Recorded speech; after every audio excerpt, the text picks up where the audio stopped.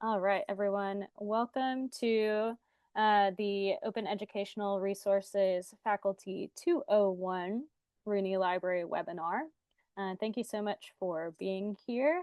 We named it 201 because it's the second in our fall 2025 series about OER for faculty adoption. And thank you so much for being here. So,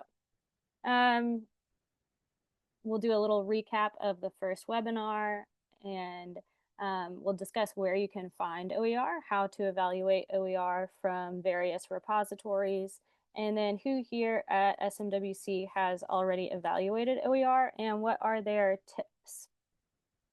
So that's our agenda for today.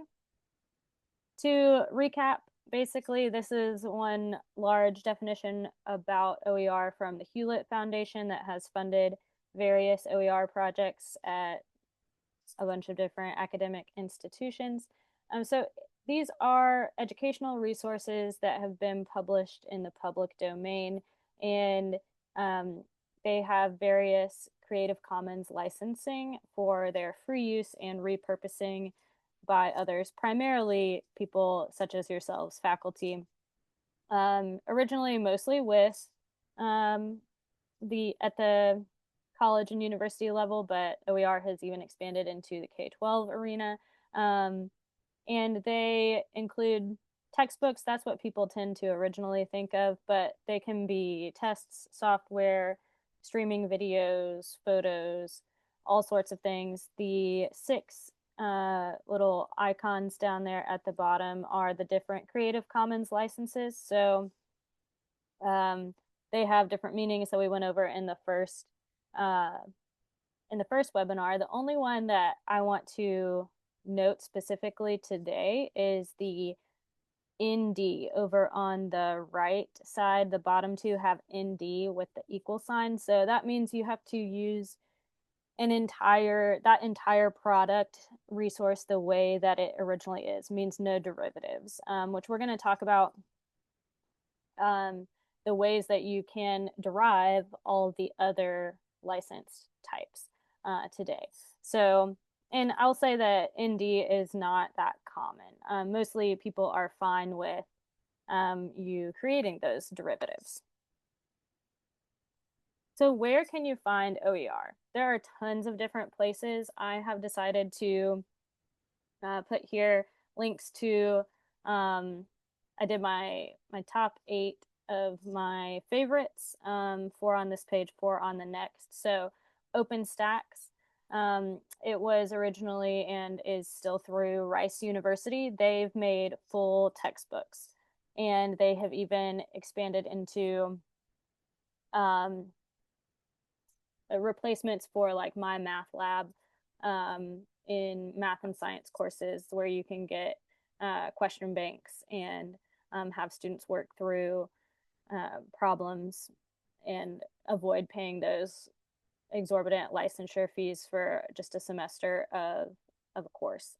OpenStax is wonderful, very easy to use, and primarily complete textbooks provided.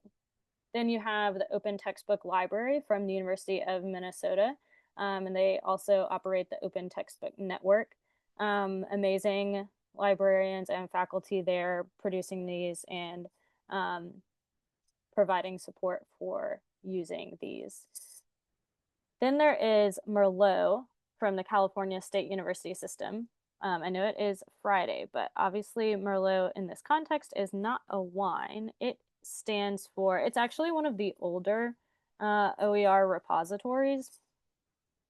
And it's a great one because Merlot stands for Multimedia Educational Resource for Learning and Online Teaching. So Merlot was, even though it's older, it is very geared to online classroom, online learning, and it has a lot of those little modules that work in, especially the courses that we have here that might not be traditional full semester. I feel like you can find a lot of supportive materials through the Merlot flexible, all sorts of different items in their OER.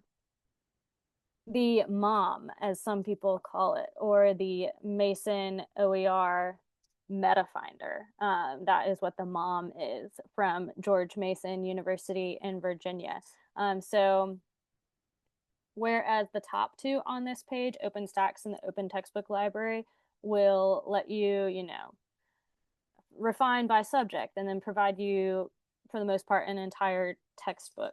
Merlot and the Mason OER Meta Finder, it's just like an OER Google. It will bring you all sorts of different materials. And it will also, it links to all the different OER basically in the country. And then there are a lot from Canada as well, or New Zealand, the UK, what have you. And it'll be anything from like a little assignment or project or test bank to an entire textbook. So the Mason OER Meta Finder, super, super flexible, lots of different things to piecemeal together. It would be a great place to start if you are thinking that OER redesign is a really big endeavor, but you just want to see what's out there and what might pertain and match closest to, say, just like a unit or an assignment or a test that you already have, and see how you can begin to build something from small building blocks. That would be a great place to go if you don't want to just jump into an entire text right away. Next, Oasis is also great. It's from New York. They're a little bit of like a hybrid OER platform, some full text, some smaller pieces. The OER Commons is really interesting because it's not linked specifically to an organization. The Hewlett Foundation that gave that definition that I used on the first slide are the granting organization that originally helped create the OER Commons through the Institute for Knowledge, Institute for the Study of Knowledge Management and Education have made OER Commons. It's wonderful.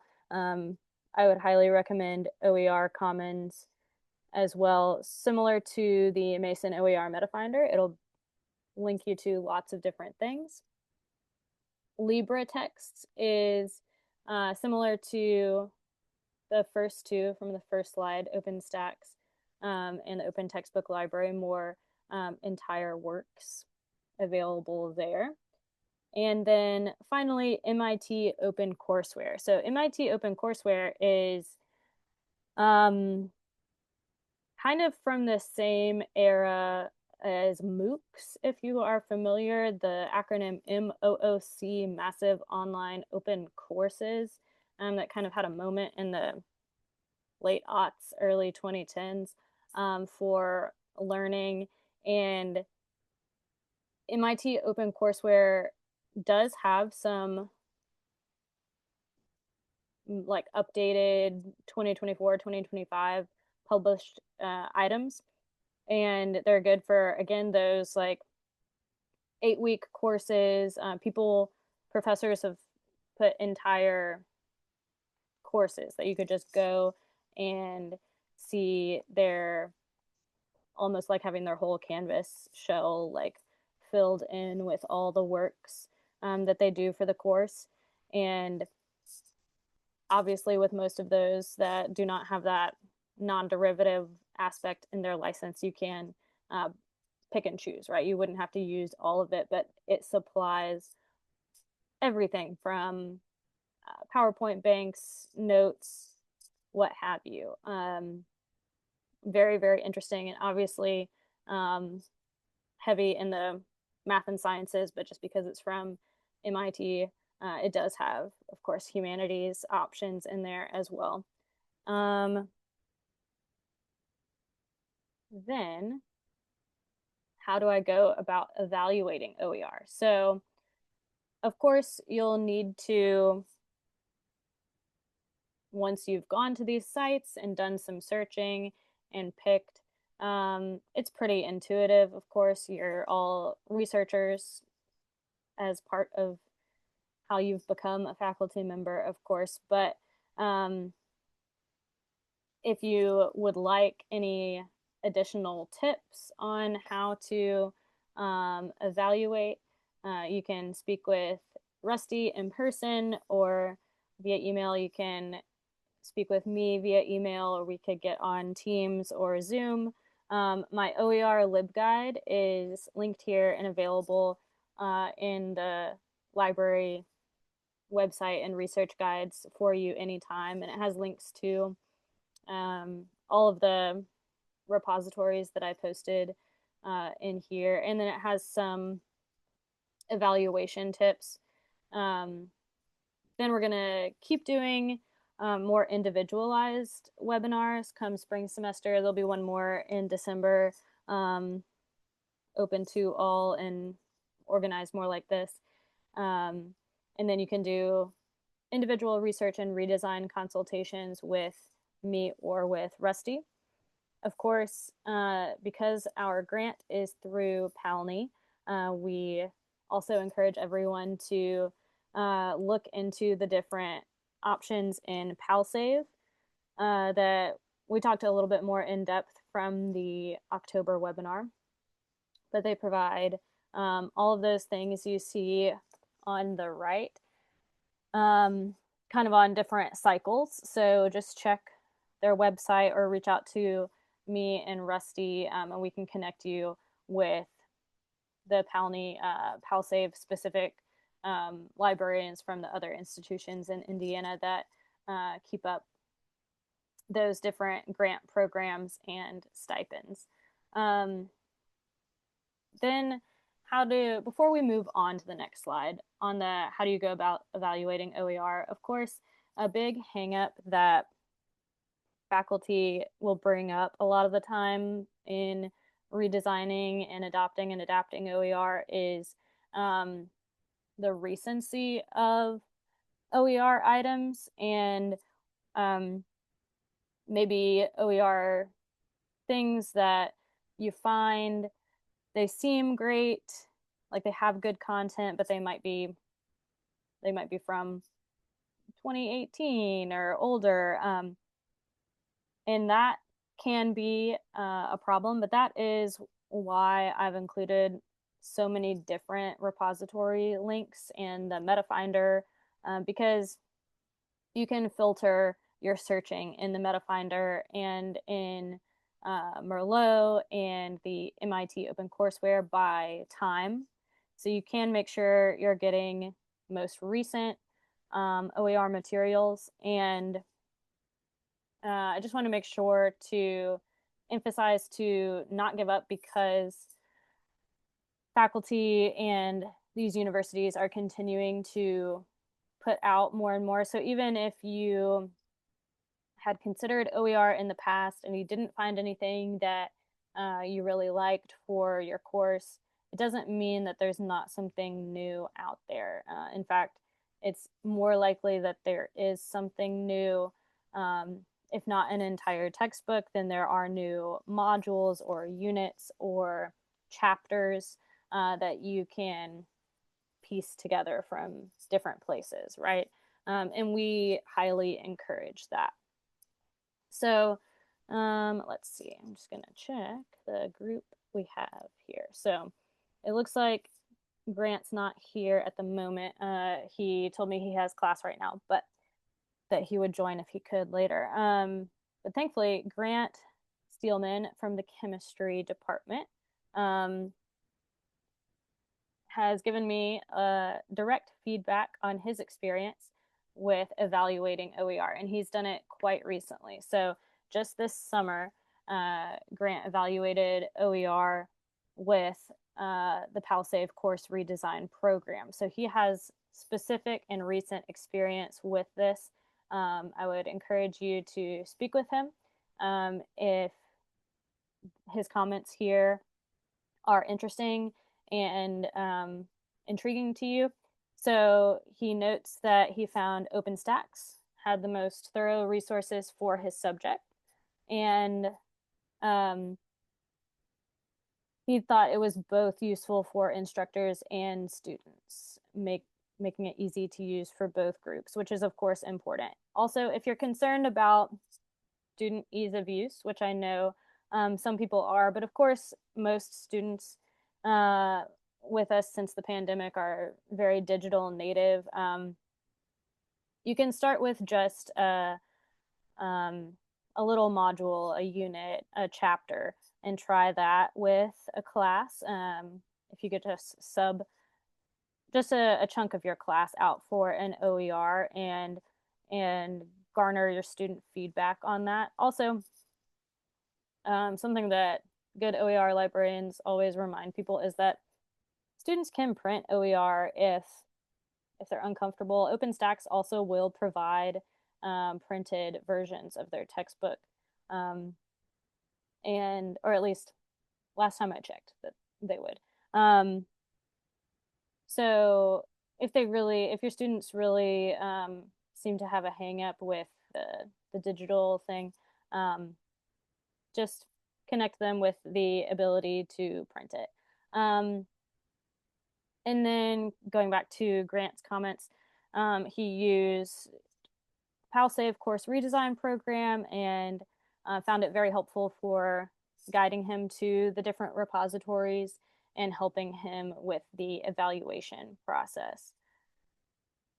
So, of course, he found multiple options and compared them to what he had used previously.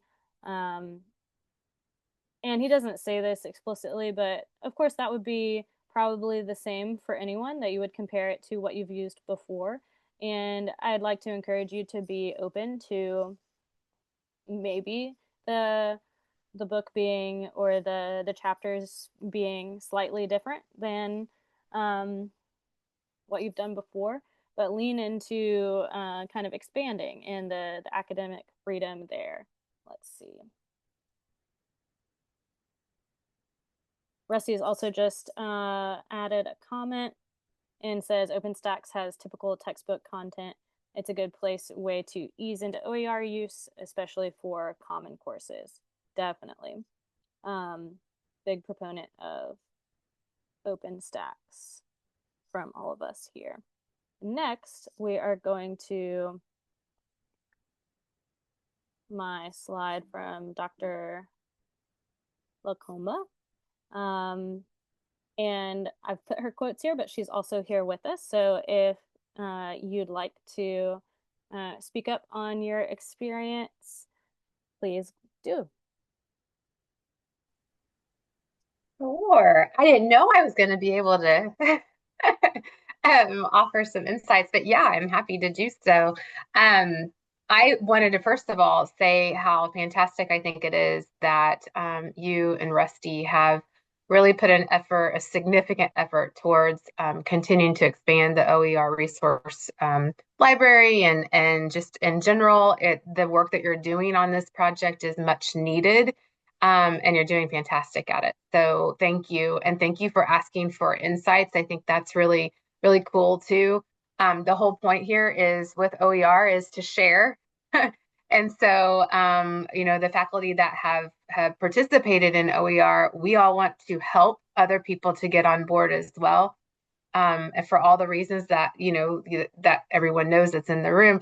But yeah, I mean, I've done an initial OER evaluations through PalSave. That is a fantastic. I'll reiterate how fantastic that is to start. If you've never used OER, that's a great way to start getting involved in OER. It's a great way to see what resources are out there. It encourages you to take the time to go through like Merlot and the open access library and the MI, whatever it might be, because you may find that some of them won't suit your needs. and that's okay. Or you might find something, but it's really dated, and that's okay because you just go and find it in a different location. So it's really nice to be able to do that. But this encourages you. But this specifically, they're looking for reviewers for the PalSave OER textbook uh, resources. And then you can, after you review them, you write a little review, and then your grant is complete. It's like really simple. And so not only is it really simple, and you get a little bit of an encourager, of a reward for doing that. It's not really the reason to do it from my perspective. However, it is nice to have that professional development dollars that are aligned with it, because it does take time. It does take some of your time to do that. But the great news is, if you kind of do that in the mindset of, hey, I have this class that I really am looking for something in, then not only are you just, I mean, you could just go in general and review things, and just to review them in general. But for me, I always did it with the purpose of, how might I use this in a couple different classes, or in a significant, in one class, or looking at a different class. What could I replace that's costing the students, or that's costing a subscription, or whatever it might be. And what could I do, or what could I do that would be added value? So some of those course reviews that you do are not necessarily asking you to replace every textbook. Like, if you're a class that has multiple textbooks, that's fine.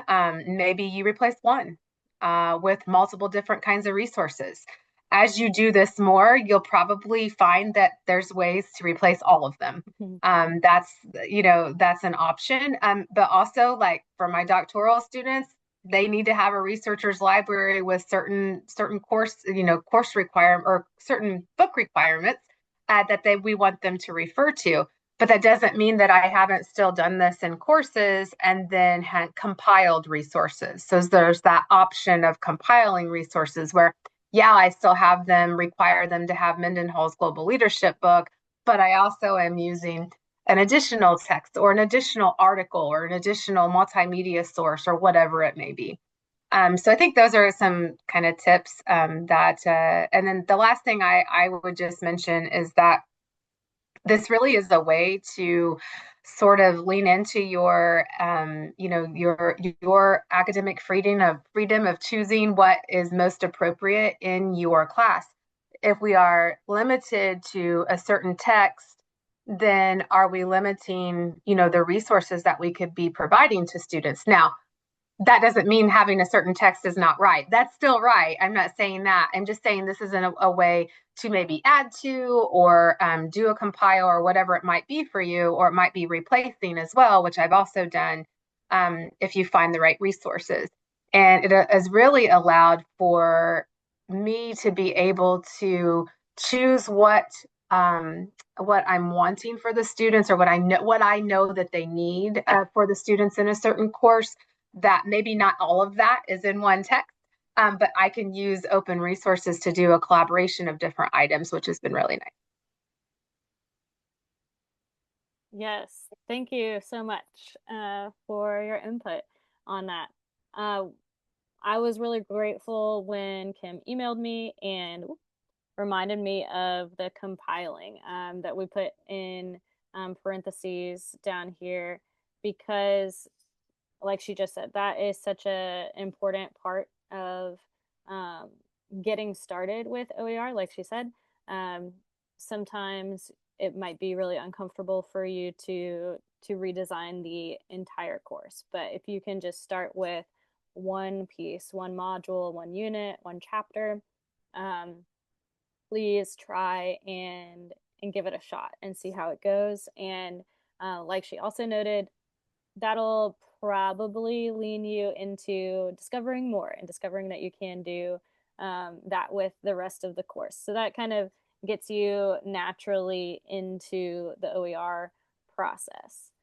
Yeah, and then you'll want to apply for a course, a course review where you do that kind of grant, and they're very supportive of our institution. Rusty has created an amazing collaboration with PalSave and Polney, and They are just very wonderful, really, really wonderful to work with. Sometimes if I, it sometimes might be difficult for me to find a certain niche area that I'm looking for. They'll even be like, "Hey, have you considered?" And then, "Oh, I didn't even look at that. I didn't even see that one, even though I spent hours looking for the parentheses first." And so that has been helpful as well. And then obviously Anna has, a great list of resources now too that can help. But you do get a little, I would say a little not addicted, but like excited. I know I have gotten excited about once I dug into it and was like, okay, got through the part of, okay, well, right in front of me may not be the last few years, or it may not have been, published in the last few years, or that sort of thing. Once you get over, that sort of hump and look further, there's so many OER resources out there, so much to learn from. Yes, definitely. So many things out there. So please don't give up if an initial search doesn't garner what you were hoping for. Please take that as an opportunity to kind of shift gears and ask for our help. That's what we're here for. That's why Rusty and I, applied for the grant that we have, that will benefit all of us and our students. And we want to help you implement OER into your courses. And so does Palny and PalSave. And then we also have Dr. Clark's full support, and it's great that the institution as a whole is behind us on this. And the academic freedom, you can make your own chapter, add it to your CV. The opportunities are endless. In the most non-overwhelming way, I could say that. So we're clearly very excited and hoping to add more people and more courses at the Woods into the OER family. So let's see, to kind of wrap up here. Um, Here's more information about me, and I had this on the slide in the October webinar as well. So I got into open educational resources, librarianship, and certification for that through that Open Education Network in Minnesota in 2020. So I've been passionate about OER for a while now. And that's my email. Please reach out anytime you have any questions, comments on OER at all, or questions about Palny and PalSave. Rusty and I are more than happy to speak with you about that. And I didn't add an extra Q&A slide, but that's all I have. We have a few minutes left. If anyone has any questions, please feel free to speak up or put them in the chat.